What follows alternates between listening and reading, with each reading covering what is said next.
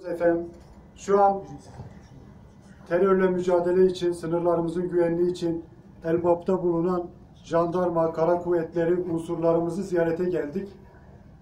Vali yardımcımız, alay komutanımız, Tugay komutanımız ve askerlerimizle beraber zat-ı halimizin talimatlarını bekliyoruz efendim. Buyurun. Allah razı olsun. Öncelikle size, sayın kıymetli valimize, görevinizde tekrar başarılar diliyorum.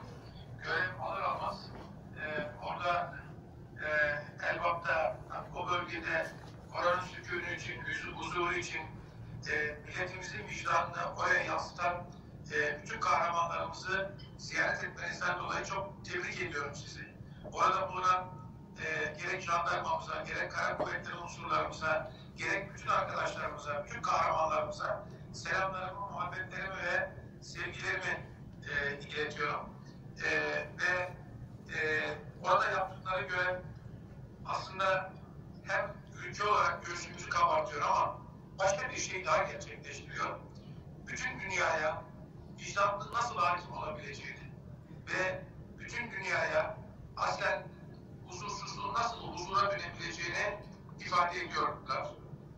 Hem geçmişimizin bize bıraktığı emanete sahip çıkıyorlar, hem de geleceğimize büyük bir miras bırakıyorlar. Allah razı olsun.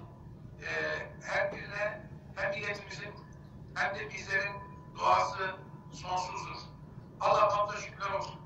Cenab-ı Allah bizi böyle bir milletin parçası yaptı. Sadece kendinden sorumlu değil, aynı zamanda hem etrafındaki coğrafyadan hem de dünyadaki haksızlıklarda da boş verin ne olursa olsun diyen değil, tam tersi her şeyi kendine dert eden bir milletin parçası yaptı. Burada arkadaşlarımızın ortaya koymuş olduğu gayret, görev, bilinç aslında bütün dünyaya örnek teşkil etmektedir. Bu vesileyle sizin de bu ziyaretinizi çok önemsiyorum. Çünkü ne bizim kardeşlerimiz, arkadaşlarımız, mesai arkadaşlarımız orada yalnızdır, ne de orada yaşayanlar da yalnızdır.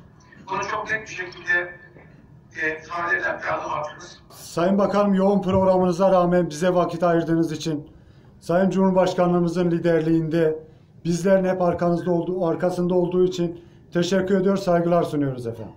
Allah'a emanet olun, hürmet ediyorum. Sağ olun.